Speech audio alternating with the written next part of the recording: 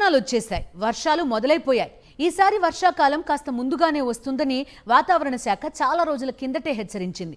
అయితే జీహెచ్ఎంసీ అధికారులు మాత్రం అలసత్వం వీడలేదనే విమర్శలు వెల్లువెత్తుతున్నాయి. గతేడాది కన్నా ఈసారి వర్షాలు మరింత దంచికొట్టే అవకాశం ఉందనే హెచ్చరికలున్నప్పటికీ జీహెచ్ఎంసీ అధికారులు అలర్ట్ కాకపోవడంతో ఈసారి కూడా హైదరాబాద్ మునక తప్పదన్న ఆందోళన లోతట్టు ప్రాంత వాసుల్లో వ్యక్తమవుతోంది. నాలాల్లోని పూడికతీత, నాలాల విస్తరణ పనులపై జీహెచ్ఎంసీ అధికారుల తీరు మారటం లేదు. ప్రతి సంవత్సరం వర్షాకాలానికి ముందే నాలాల్లోని పూడికను తొలగించాల్సి ఉండగా ఈసారి ఇంకా నాలాల్లోని పూడికతీత పనులు పూర్తి కాలేదు. అంతలోనే వాతావరణ శాఖ హెచ్చరించినట్టుగా వర్షాలు మొదలయ్యాయి. జీహెచ్ఎంసీ పరిధిలోని 30 సర్కిళ్ల పరిధిలో సుమారు 1003 కిలోమీటర్ల పొడవున నాలాలు ప్రవహిస్తున్నాయి. వీటిలో దాదాపు 953 కిలోమీటర్ల మేర భారీగా పూడిక పేరుకుపోయి వరద నీటి ప్రవాహానికి అడ్డుగా ఉన్నట్లు గుర్తించారు.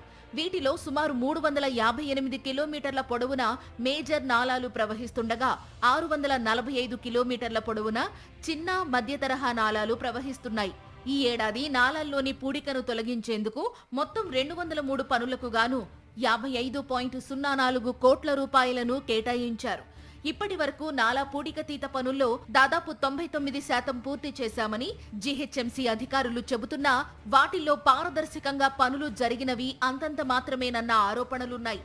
మరీ ముఖ్యంగా టెండర్ల ప్రక్రియ ఆలస్యం అవడం, పనుల్లో జాప్యం కారణంగా ఈసారి కూడా మునక తప్పదనే భయాలు నెలకొన్నాయి. నగరంలోని ప్రధాన నాలాలైన బల్కాపూర్ నాలా, బేగంపేట నాలా, ముర్కీ నాలా, హుసేన్ సాగర్ నాలాతో పాటు పికెట్ నాలాలు చిన్నపాటి వర్షానికే పొంగి ప్రవహిస్తున్నాయి.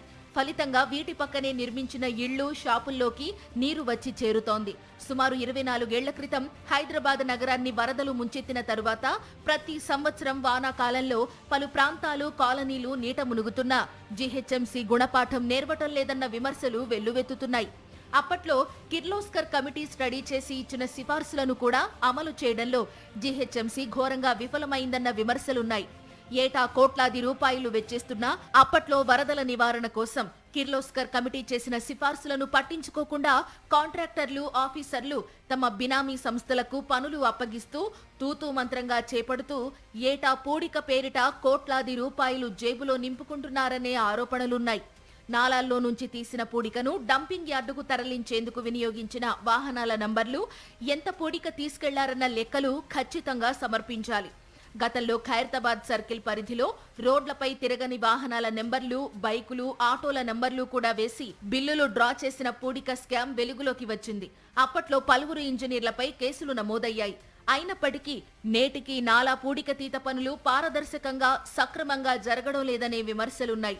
203 పనులకు గాను ఇప్పటికే 202 పనులు పూర్తయినట్లు చూపించి 99% బిల్లులు క్లెయిమ్ చేసినట్లు సమాచారం.